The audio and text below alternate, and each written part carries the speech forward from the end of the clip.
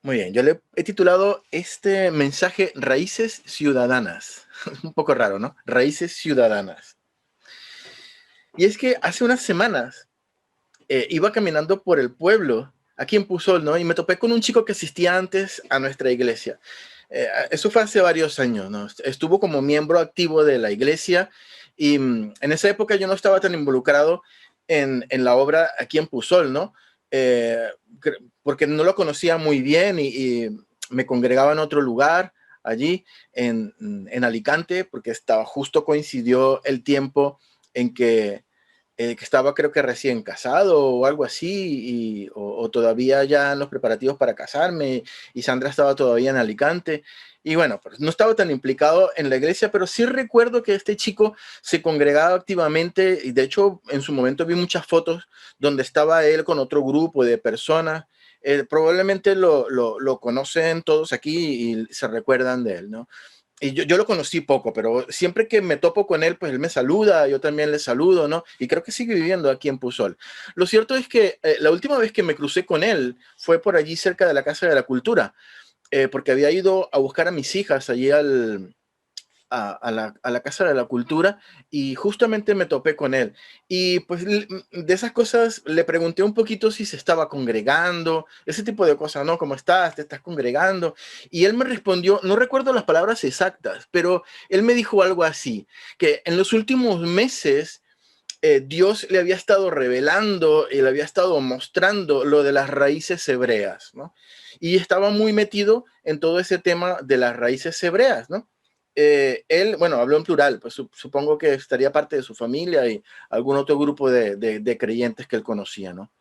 Yo ya sabía lo que era el movimiento de las raíces hebreas. Hace 3 o 4 años, varias veces había, entre comillas, discutido o compartido alguna especie de opinión por las redes sociales con algunos hermanos de la iglesia en Venezuela en la que yo nací, que yo los tenía como líderes de la iglesia y ahora en este momento están metidos de lleno en este grupo de las raíces hebreas, ¿no? Eso es en Venezuela, ellos están en otros lugares, pero comparten cosas de las raíces hebreas y todo ese tipo de cosas, ¿no? O lo hacían, ¿no? Tengo tiempo que no entro a las redes sociales. Y básicamente este es un movimiento que en los últimos años ha cobrado muchísima fuerza, ¿no? Y yo lo he querido tocar en esta mañana, he querido hablar de esto para que los que no lo conozcan sepan un poquito de qué va. Yo no sé si tú has oído hablar de este movimiento, pero me parece importante que lo sepamos básicamente porque lo tenemos por aquí alrededor, ¿no? Entonces quería que lo supiésemos, quería que supiésemos de qué iba y el que lo conozca, pues más o menos ya puede tener alguna opinión de lo que vamos a hablar en esta mañana, ¿no? Si te sientas a escuchar a esta gente, es muy probable que si no te convences, por lo menos te siembren la duda, ¿no? Porque la historia que ellos cuentan conecta perfectamente o casi perfectamente, ¿no? Es muy hilada una detrás de la otra y buscan versículos de aquí y de allá y parece que todo forma una historia impresionantemente bien conectada. Ahora bien, no quiero dedicarle mucho detalle a explicar todo lo que ellos creen, pero sí voy a por encima eh, contarles un poquito de qué va esta corriente de las raíces hebreas, ¿no? Sabéis que la nación de Israel estaba dividida en tribus, las 12 tribus de Israel. ¿Vale? En el reinado, después del reinado del rey Salomón, recuerdan que el primer rey fue Saúl, después vino David, después de David su hijo Salomón. Después del reinado del rey Salomón, por circunstancias y porque el pueblo había pecado contra Dios, se había hecho un montón de cosas que estaban lejos de la voluntad del Señor, Israel se divide en dos reinos, en el reino del norte y el reino del sur. El reino del norte se conoce como el reino de Israel, propiamente dicho, ¿no? Con su rey y con toda su cosa y sus territorios y todo. Y el reino del sur, el reino de Judá. En el reino del sur se quedan las tribus de Benjamín y la tribu de Judá, y en el reino del norte se quedan las otras 10 tribus, ¿no? Y a partir de ese punto de la historia, quedan como estas dos entidades, la casa de Israel y la casa de Judá, ¿no? Y la casa de Israel se mezcló con otros pueblos, ¿no?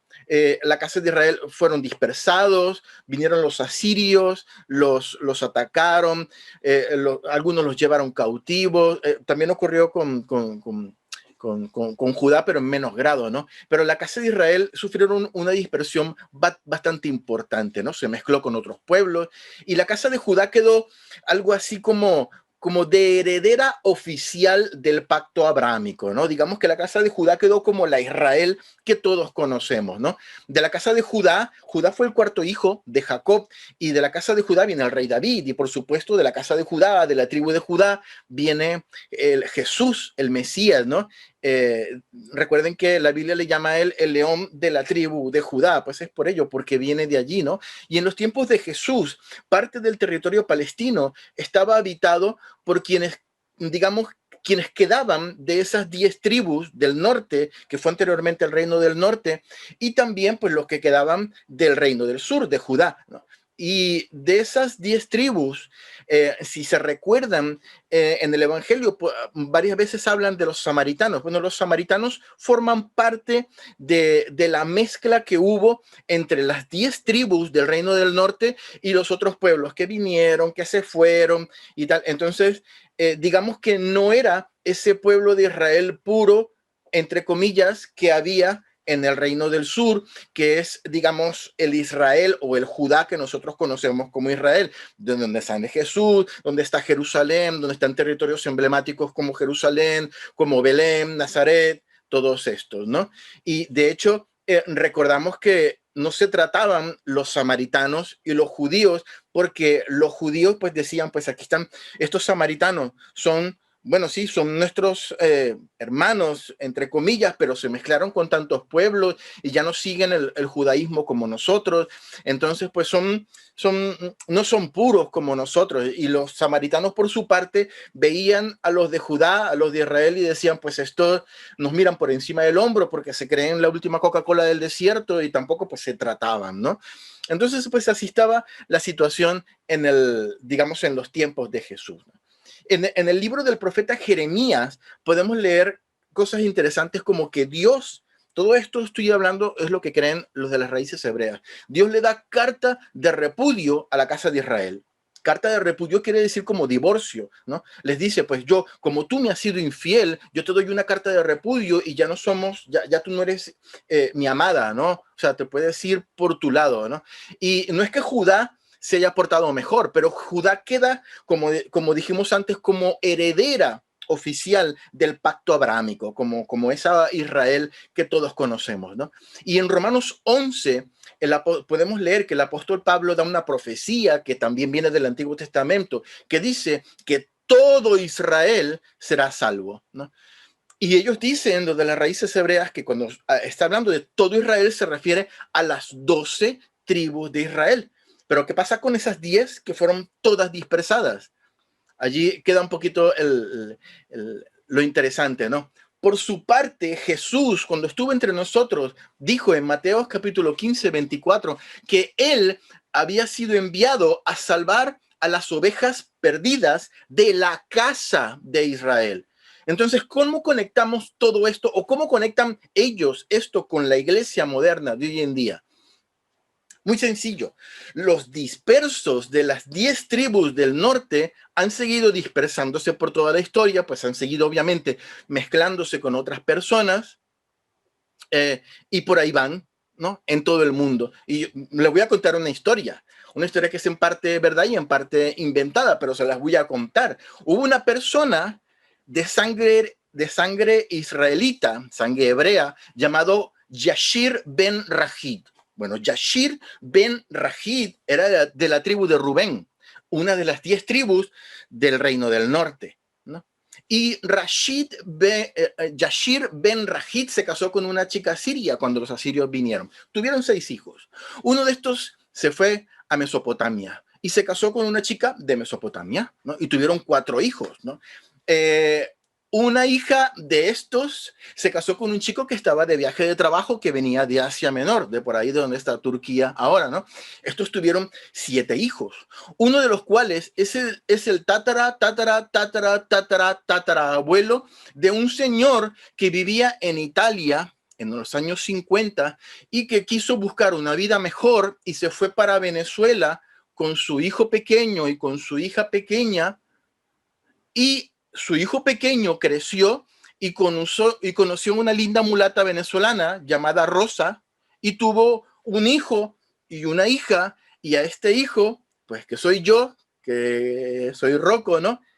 Y que tenía un 0,063% de sangre judía, dado que mi ascendiente, mi pariente lejano, era el famoso Yashir ben Rajid de la tribu de Rubén, ¿no? Y esto Dios lo sabía, porque Dios conoce la genealogía y conoce la sangre, porque Dios sabe todas las cosas.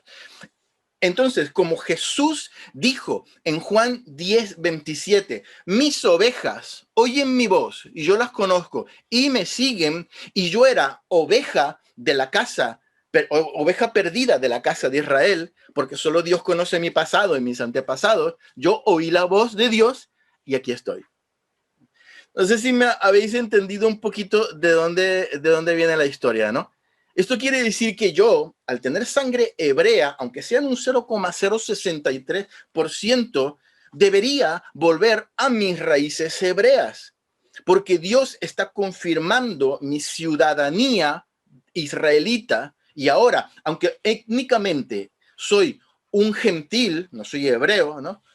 Dios me rescata por ese porcentaje de sangre hebrea que yo tengo, porque soy parte, aunque sea muy poquito, de esas 10 tribus que fueron dispersadas. Y como Dios quiere que todo Israel sea salvo, yo estoy metido allí en ese paquete por ese porcentaje de sangre hebrea que yo tengo. Yo oí su voz porque soy oveja de la casa perdida de Israel. Y como yo pertenezco a la casa perdida, soy de las ovejas perdidas de la casa de Israel, yo debo volver a mis raíces hebreas. Entonces, Rocco se tiene que deleitar guardando las fiestas judías, como la Pascua, el Pesaj, el Rosh Hashanah, el Yom Kippur. Debo guardar una dieta kosher, es decir, no debo comer cerdo, ni debo comer gambas, ni ese tipo de cosas, ¿no? Ni tantas cosas que están prohibidas allí. Debo guardar el sábado, eso lo hacen los judíos hasta el día de hoy, ¿no? Incluso los más implicados en esta corriente, por no decir los más flipados, porque es que no le consigo otra palabra, incluso llegan a cambiarse el nombre y se pasan de Juan García, se llaman Shaul Ben Yariot, ¿no? Porque un nombre hebreo, y hasta llegan a circuncidarse, ¿no? Yo le bromeaba con mi amigo este que conocía y le decía, ¿ya estás circuncidado? y por lo que me decía, se lo estaba planteando. Yo esto lo he explicado muy por encima. Ellos dan versículos que hablan de la casa de Israel, también conocida como Efraín. Ellos se conocen como los efrainistas también, y todo lo conectan de una manera impresionante, desde el Antiguo Testamento hasta el Nuevo Testamento, ¿no? Ellos no nombran a Dios, porque los judíos no nombran a Dios, le dicen el Eterno o diferentes nombres, pero no nombran el nombre de Dios. Se molestan cuando llaman a Jesús, al Mesías, porque ellos dicen que ese no es su nombre. Él se llama Yeshua, ¿no? Y se lamentan, incluso llegan a menospreciar quienes se congregan el domingo, ¿no? Porque ellos dicen que el domingo fue cambiado de día sábado, que era el día escogido por el Señor Santo, el día santo, ¿no? Y eso lo hizo Roma. Constantino, en quién sabe qué año, pues le dio así una cosa, dijo, bueno, vamos a cambiar el sábado por el domingo, y ya ni hablemos de los cristianos que celebran la Navidad. Estos son demonios del tipo 1 sin posibilidad de redención. Y así pues un montón de cosas, ¿no? Y ahora mi intención al exponer esta corriente es que nosotros la podamos conocer un poquito, pero yo no quiero ponerme a sacar versículo por versículo y a rebatir la doctrina. No es mi intención. Primero porque tampoco conozco toda la doctrina al 100% de esta gente. y tampoco quiero que pasemos aquí, pues, 3, 4 días conectado hablando de esto, ¿no? Porque sería muy amplio, ¿no? Ponerme a refutar con versículos bíblicos y eso, y también implicaría una preparación bastante grande, ¿no? Pero mi intención es no solamente dar a conocer esta corriente a quienes no la conocen, porque existe y está entre nosotros, y básicamente también porque tenemos gente relativamente cercana, entre comillas, por allí pululando, ¿no? Y seguramente o probablemente en algún momento nos vamos a topar con ella. Alguien nos va a hablar, alguien va a tocar la puerta, nos vamos a encontrar con alguna persona como me ocurrió a mí, algún ex miembro de la iglesia, y ¿sabes qué me ha pasado? ¿Qué revelación he tenido? Y que el Señor ha estado inquietando en mi corazón acerca de las raíces hebreas, ¿no? Y lo curioso es que esta gente te sale con cosas como, por ejemplo, la iglesia evangélica, a la iglesia que nosotros pertenecemos. La iglesia evangélica hoy en día moderna se ha dejado engañar por las influencias grecorromanas y están enseñando un evangelio torcido. Déjame que te explique por qué, y te sueltan la perorata de las 10 tribus de Efraín, y hay un montón de versículos. Y en Jeremías dice que Efraín era un asno que se volvió al Señor y tal, y lo conectan todo y lo van hilando hasta que llegan a la iglesia de hoy y te dicen: Jesús te está llamando porque tú eres parte de la iglesia y tú eres Israel, y tú eres ya no eres un gentil, eres de la ciudadanía de Israel, ¿no? Y en ese momento, a mí me gustaría, si alguna vez te pasa, que recuerdes lo que hablamos en esta mañana. Y mira, alguna vez Rocco nos habló de esto y de las raíces hebreas, y que podamos, lo que yo voy a compartir en esta mañana, que espero que no sea tan largo, pero me ha salido un poquito largo, es que los puntos de que yo voy a hablar, que son 3 puntos básicos, se pueden aplicar de mayor o menor manera a otras sectas, incluso aparentemente basadas en las escrituras. Y yo quiero comenzar, obviamente no voy a hablar de la parte doctrinal de estas sectas ni a refutarlas con versículos bíblicos, pero sí quiero decir cosas genéricas que a mí me parece muy importante a la hora de escuchar este tipo de corrientes o cualquier otra. Y quiero comenzar por el primer punto, que para mí es el más importante de todo, y es el punto de la revelación espiritual, el punto de la revelación del Espíritu Santo. Dice Juan, capítulo 14, versículo 26: mas el Consolador, el Paracletos, el Espíritu Santo, aquí está hablando Jesús, a quien el Padre enviará en mi nombre, Él os enseñará todas las cosas. Acuérdate de esto: Él os enseñará todas las cosas y os recordará todo lo que yo os he dicho. Todos nosotros como creyentes sabemos que el Espíritu Santo de la promesa que cayó sobre los 120 o eran como 120, dice la palabra, en el aposento alto el día de Pentecostés, según podemos leer en Hechos capítulo 2, lo hizo cumpliéndose una profecía, una promesa que salía en el libro del profeta Joel, donde decía que en los últimos días el Señor derramaría su espíritu sobre toda carne, ¿no? Y eso lo indicó, también lo subrayó el apóstol Pedro, cuando en el mismo Hechos 2 termina digamos, entre comillas, el alboroto del Espíritu Santo que cayó en ese momento, y comienza a dar su famoso sermón, ¿no? Donde se convierten más de 3,000 personas allí. Y Jesús se refiere al Espíritu Santo como el Consolador, que es quien habita en el creyente. Muchas veces yo esto lo he mencionado y me encanta hablar de esto porque son como los tiempos de Dios para con el hombre, ¿no? Seguramente yo lo he dicho antes. En el Antiguo Testamento fue Dios por su pueblo, ¿no? Éxodo 14:14: Jehová peleará por vosotros, y vosotros estaréis tranquilos. En el Antiguo Testamento fue Dios por su pueblo. Durante el ministerio de Jesús fue Dios con su pueblo. ¿Se recuerdan qué significa Emmanuel? Se le aparece el ángel y le dice: y llamará su nombre Emmanuel, que significa Dios con nosotros. Durante el ministerio de Jesús fue Dios con nosotros. Y después de que Jesús haya cumplido cumplió su misión, consumado es, y ascendió al Padre, viene el tiempo del Espíritu Santo, viene el tiempo de Dios en nosotros. Y ese es el Espíritu Santo, Dios en nosotros. Jesús dijo, estará en vosotros, ha estado con vosotros, pero estará en vosotros. Y es en la persona del Espíritu Santo el llamamiento para enseñarnos todas las cosas. Eso son, y recordarnos las palabras de Jesús. Eso fue lo que Jesús dijo que vendría a ser el Espíritu Santo, entre otras cosas, ¿no? Enseñarnos todas las cosas y recordarnos las palabras de Jesús. Él está con su pueblo desde aquel día de Pentecostés hace 2000 años hasta el día de hoy.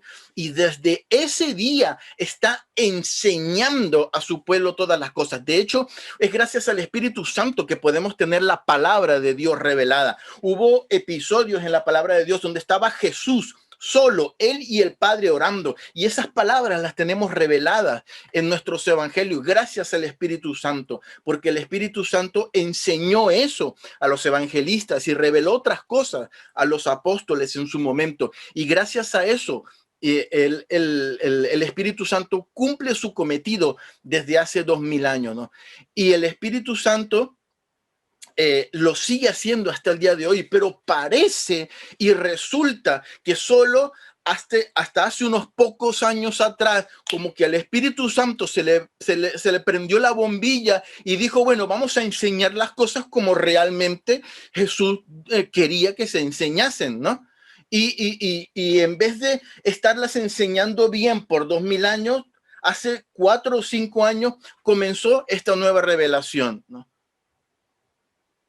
Que pareciera que es eso lo que está pasando. Hermanos, mire, cualquier corriente, iglesia, grupo religioso, doctrina, líder espiritual, que tenga como máxima, que tenga como premisa, como grupo, la restauración del verdadero evangelio, la nueva revelación, de vuelta al verdadero evangelio, de regreso a las raíces del evangelio, el renacimiento de la verdadera iglesia. Más o menos me captáis la idea, ¿no? Cualquier corriente que se apoye en mensajes de este tipo, yo te recomendaría que tú lo pases a tu lista negra. Y esto que voy a decir puede sonar muy feo, pero para mí es como estos grupos tratan al Espíritu Santo. Es como si el Espíritu Santo lo trataran como un perfecto inútil que no ha sabido hacer bien su trabajo de enseñar y de recordar las palabras de Jesús, cuando lo ha estado haciendo desde el día del Pentecostés y lo ha estado haciendo divina y maravillosamente bien con su pueblo. Tú y yo sabemos que eso pasa así. No, tú puedes recibir una palabra revelada, nueva en tu vida. Eso pasa. Yo lo creo así, ¿no? Cuando la palabra escrita, el logos, se revela a tu vida como palabra rema, como palabra revelada, ¿no? Que es la palabra que va más allá de la palabra escrita. La palabra logos te puede hacer entender algo en tu mente, pero la palabra rema te la hace entender en tu corazón. Y es el término que Jesús utiliza en Juan 6:63, cuando dijo, las remas, las declaraciones, las palabras que yo os he hablado son espíritu y son vida. No es solamente una terminología que transmite una enseñanza, va muchísimo más allá. Son espíritu y son vida, son palabra revelada para ti. Pero esto no tiene nada que ver con construir una doctrina nueva que deriva a un nuevo grupo religioso. No, la revelación es para ti en ese momento y en esa circunstancia, para levantarte, para vivificarte, para hacerte entender un mensaje profundo y personal de Dios para tu vida. Y obviamente, en ninguna manera una palabra revelada y personal altera, modifica, agrega o quita de la sana doctrina, como estuvimos viendo la semana pasada con lo que compartía Alba. El Espíritu Santo comenzó su ministerio enseñando y lo sigue haciendo. Y su enseñanza no está basada en un ministerio, en un evangelio cambiante, adaptable a los tiempos, adaptable a las modas. Su enseñanza está basada en las palabras de Jesús que no cambian. Dice Juan 16, versículos 13 al 14, pero cuando venga el Espíritu de verdad, el Espíritu Santo, Él os guiará a toda la verdad, porque no hablará por su propia cuenta. Él no está divorciado del Padre y del Hijo, ¿no? Él hablará todo lo que oyere, dice la palabra, y os hará saber las cosas que habrán de venir. Versículo 14, el Espíritu Santo me glorificará, porque tomará de lo mío, dice Jesús, y os lo hará saber. Tomará de lo mío y os lo hará saber. El Espíritu Santo tiene haciendo eso, hermanos, 2000 años, y lo viene haciendo divinamente bien y maravillosamente bien, recordándonos las palabras de Jesús, convenciendo al pueblo de Dios de pecado, redarguyendo su vida, revelándolas al corazón del pueblo de Dios. Palabras de un evangelio y de una fe inmutable que no cambia, como es el autor mismo de esa fe. Entonces, el Espíritu Santo es igual que Jesús, es el mismo ayer, hoy y por siempre, y viene revelando su palabra maravillosa y recordándonos de las palabras de Jesús ayer, hoy y siempre. No hay revelaciones de evangelios ni iglesias nuevas restauradas, de nada de eso, hermanos. Cuando vean eso, táchenlo, pónganlo en la lista negra. Lo segundo que yo quería compartir acerca de esto es el concepto de iglesia verdadera. Lo primero es la revelación espiritual del Espíritu Santo y lo segundo, el concepto de iglesia verdadera. Yo no sé si tú alguna vez te has puesto a pensar por qué selecciones de fútbol como el Barça o el Real Madrid tienen tantos seguidores. ¿Alguna vez te has puesto a pensar eso? Independientemente del marketing y de los jugadores guapos y chulos que juegan bien y que juegan en el Barça o juegan en el Real Madrid, o grupos de renombre ¿por qué tienen tantos seguidores y tantos fanáticos? Yo, sin ser un conocedor de la cultura futbolística, porque sé básicamente que es la pelota redonda, que hay que meterla allí en la portería y poco más, ni tampoco soy un sociólogo, pero básicamente, sin ser ninguna de esas dos cosas, yo me atrevo a afirmar que una de las principales razones por las cuales estas escuadras de fútbol tienen tantos fanáticos es porque ganan muchos partidos. Yo creo que es eso. Dime tú si no. Yo entiendo que alguien en Barcelona sea hincha del Barça, porque es la escuadra de su ciudad, pero no sabes cuántos hinchas del Barcelona hay en Latinoamérica, por ejemplo. En Venezuela se ponen las camisetas del Barça y cuando juega el Barça o el Real Madrid, y hay peleas entre el Real Madrid y los del Barça, igual en Latinoamérica y en otros países. ¿Por qué? Porque mola pertenecer al equipo que gana. Eso mola, ¿no? No mola pertenecer al equipo que pierde todos los partidos, ¿no? Igual, pues alguno tiene esa cosa romántica y lo sigue porque es de su tierra o lo que sea, pero son los más pocos.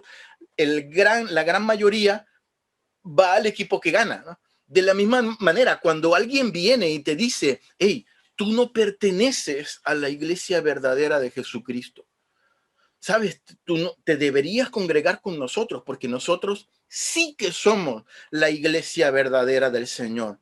Y la pregunta es, ¿a qué creyente no le gustaría pertenecer a la iglesia verdadera de Jesucristo? ¿Y si no estoy yo en la iglesia verdadera? ¿Y si la iglesia de la Roca no es la iglesia verdadera de Jesús? En la Biblia, queridos hermanos y los que estén escuchando esto, en la Biblia, al menos yo no lo he encontrado, pero no existe el concepto de iglesia verdadera. Yo no lo encuentro. Lo que sí existe en la palabra es el concepto de Dios verdadero. Y más aún, existe el concepto de creyente verdadero que ha puesto su fe y ha puesto su obediencia en el Dios verdadero. De esos creyentes está conformada la iglesia de Jesucristo. Pero muchas veces somos tan lamentables como personas y nuestra mente y nuestro razonamiento están patéticamente limitado que acotamos iglesia al grupo, a la denominación, a la organización, a las denominaciones, ¿no? A los que se reúnen en tal edificio. Y eso no es así. Una vez un chico de Pusol, es de este pueblo, este es otro, no es el primero de las raíces hebreas. Él se congregaba con nosotros y de buenas a primeras, él empezó a ir a otra iglesia, a otra organización que es a todas luces, a la luz de la sana doctrina y a la luz de la palabra, una secta. Es un culto, no es una iglesia de la sana doctrina.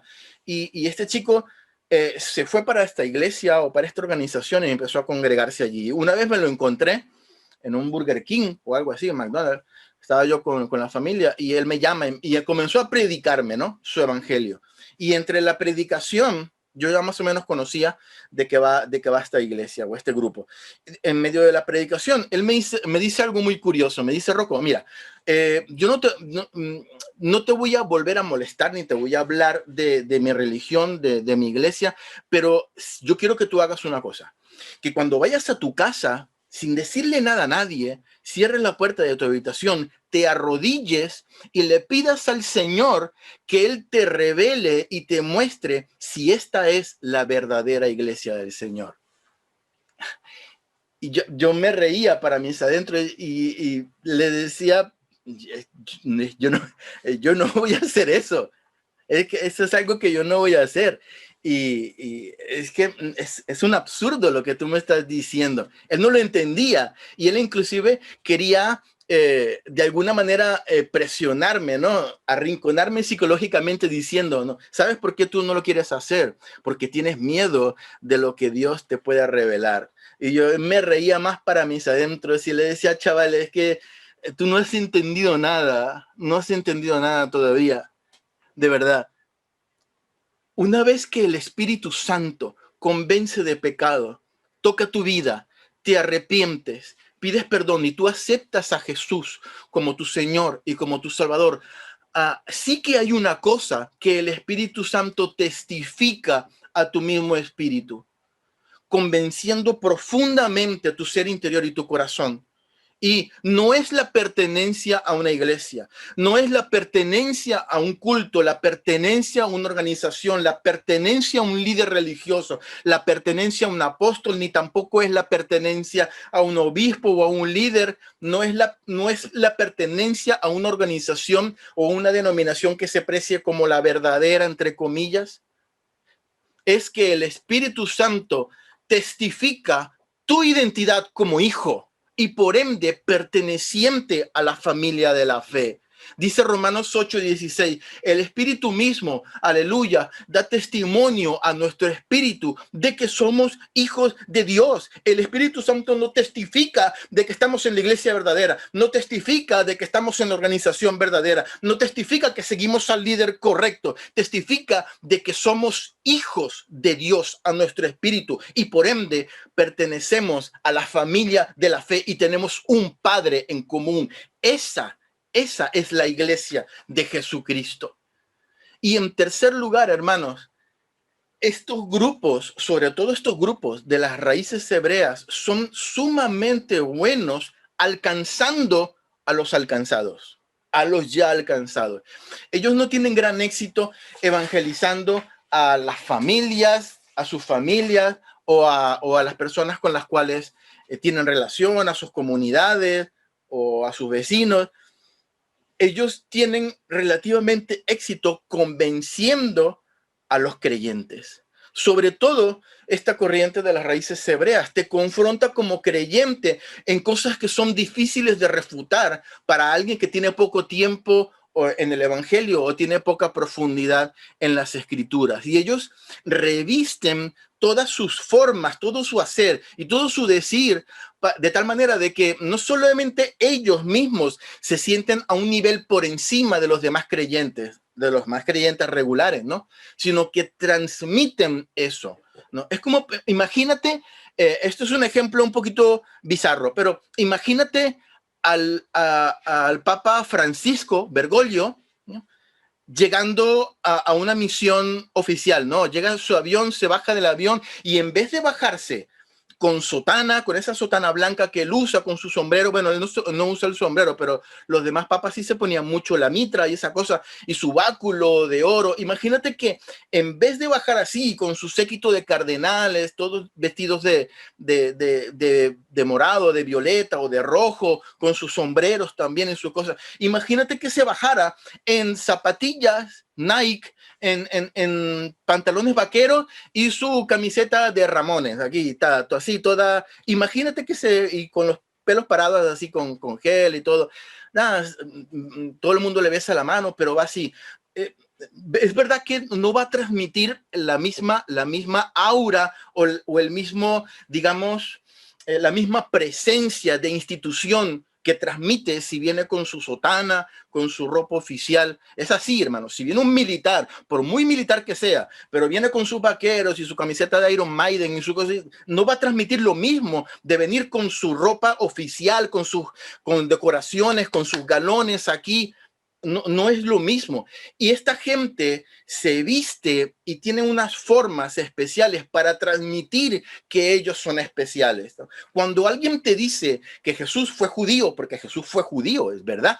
De hecho, su nombre era Yeshua, ya lo estuvimos hablando antes, no Jesús, según te suelen decir ellos, según la tradición greco-romana, ¿no? Porque pero si nosotros vamos y analizamos un poquito por encima, en ese tiempo casi nadie hablaba hebreo. El idioma hebreo era un idioma que lo hablaban antes en el Antiguo Testamento y fue restaurado ahora en Israel. Tú vas a Israel y sí que hablan hebreo. En ese tiempo, en los tiempos de Jesús, hablaban arameo, hablaban griego por la influencia de Grecia, que había sido un imperio que había impuesto su cultura mucho, y hablaban también latín, que era el idioma allí de los romanos, ¿no?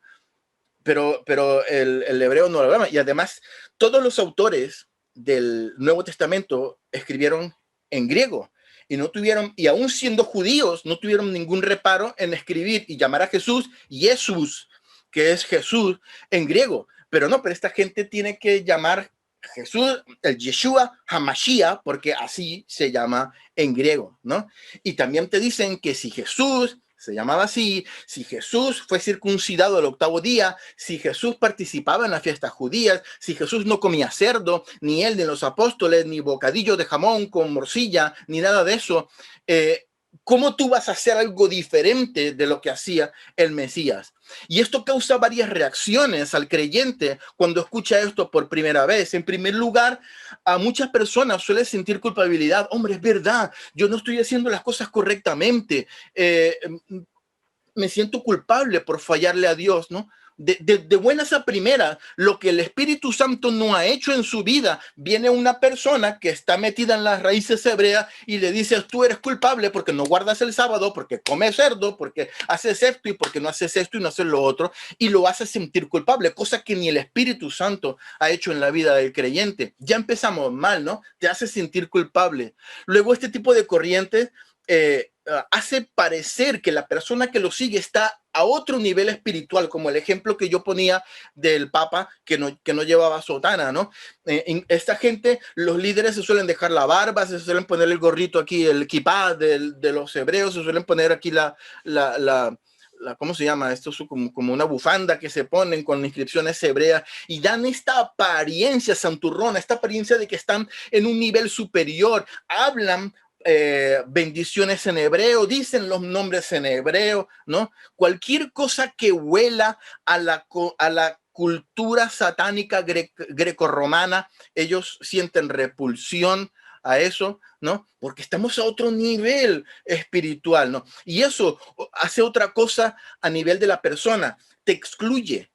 Cuando tú estás delante de un grupo de personas que tienen uniforme y tú no tienes uniforme, tú estás excluido de ese grupo, tú no perteneces a ese grupo. Están todos con su uniforme, todos igualitos, todos bonitos, tienen sentido de pertenencia a un grupo y tú no, tú estás excluido, ¿no? Entonces tú, en tu corazón, en tu mente, en tu entendimiento, tú te sientes excluido y dices, yo no estoy haciendo lo que hace esta gente, que mira qué bonito que está, y tocan el chofar y no comen el cerdo, porque encima te dicen, porque es que también hace daño y las gambas son las cucarachas del mar y pipín, popón, y se saben un montón de palabras en hebreo y frases en hebreo y están a otro nivel. Eso es lo que quieren transmitir y eso es lo que transmiten, ¿no?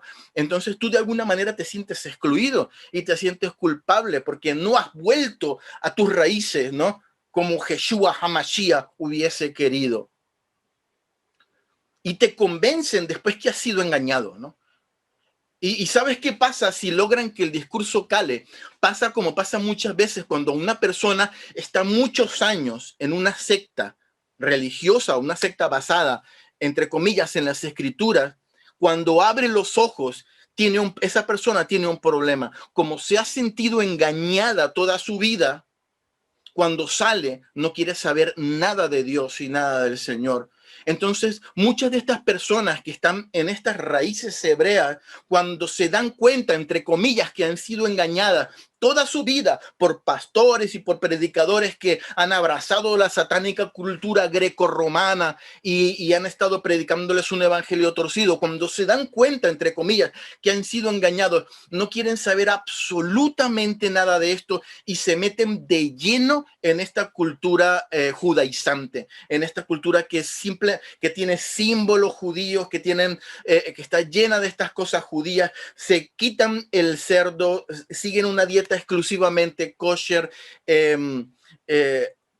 les da incluso vergüenza ajena ver a un cristiano congregándose el domingo. Qué vergüenza, comiendo gambas, comiendo cerdo. Un cristiano que dice que ama a Dios, ¿no? Poniendo arbolito de Navidad. Madre mía, o sea, es el fin del mundo. Pero menos mal que el Eterno a mí me ha rescatado de la ignorancia y del engaño de toda esta cultura grecorromana. Una característica muy curiosa de todas estas sectas en general, ¿no? Es que tienen una respuesta a todo. Y todo va una respuesta en su línea. Yo le dije a uno una vez de este grupo de las raíces hebreas, le dije, bueno, pero sabes que Jesús sanó un día de reposo, ¿no? Y el día y sanar es trabajar. Jesús no tenía que haber sanado. Y se la saben todas. Dice, sí, pero lo que pasa es que los fariseos habían exagerado el día de reposo. ¿Vale? Y le dices otra cosa. Ah, pero tú sabes que Jesús resucitó un domingo. No, no resucitó un domingo. Porque claro, porque el domingo es la excusa de que nos reunimos a celebrar, ¿no? Como tiene que ser el sábado, ellos dicen, no, Jesús resucitó un sábado. Acuérdate que los días judíos empiezan de 6 de la tarde a 6 de la tarde del otro día. Bueno, Jesús resucitó un sábado por ahí a las 6 menos cuarto y tal, se estaba empezando a poner el sol y como ya era tardecito, pues se quedó por ahí, creo que había toque de queda de los romanos o algo, y se quedó por ahí sentado al lado de una piedra hablando con el ángel que rodó la piedra y tal, un poco para esperar. Y claro, el domingo por la mañana, que ya era domingo porque había empezado a las 6 de la tarde de ese sábado, fueron las mujeres, vieron la piedra rodada y ahí está, Jesús resucitó un domingo, pero no, pero había resucitado el sábado, lo que pasa es que había sido un poquito antes, ¿no? Y a todo le dan la vuelta, todo se lo saben, todo lo tienen hilado y todo lo tienen cuadrado en su doctrina, ¿no? A todo le tienen refutación y se la saben todas. Sin embargo, yo veo en la palabra Job, cuando tuvo la revelación al final del Señor Jesús, cuando dijo, ahora mis ojos te ven, ahora por fin se han abierto mis ojos y han visto al Dios verdadero, no al Dios que había yo oído de oídas, no, al Dios que he visto ahora. ¿Sabes qué dijo Job? Yo te preguntaré, Señor. Yo me siento aquí en el pupitre, en la mesa, me siento y yo soy el que aprendo. Enséñame tú, hermano. Yo no me las sé todas. No las sabemos todas. Existen muchísimas cosas en la palabra que son oscuras, que son difíciles de entender para nosotros. A mí me pasa. Y yo le pregunto al Señor, Señor, no me las sé todo, te pregunto. Hay cosas que no sé. Enséñame tú. ¿No? Pero esta gente curiosamente se la sabe todo te lo responde y todo va en su línea, ¿no? Entonces tienes que estar pendiente de esas cosas. Hermano, somos gentiles, somos no israelitas que Dios en su infinita misericordia ha alcanzado con su amor y con su palabra y con su gracia. Eso es lo que somos. Amamos a Dios porque Él nos amó primero, no por el contenido de nuestra sangre, porque su misericordia nos ha alcanzado. ¿Qué le motivó a Él a alcanzarnos a nosotros y que todavía no haya alcanzado a otras? No lo sé, hermano, no lo sé. Dios en su infinita sabiduría lo sabe. Yo no, y probablemente ninguno de los que estemos aquí, aunque queramos hacer muchas teorías y muchas elucubraciones y nos metamos en calvinismo y en arminianismo, no tenemos la última respuesta.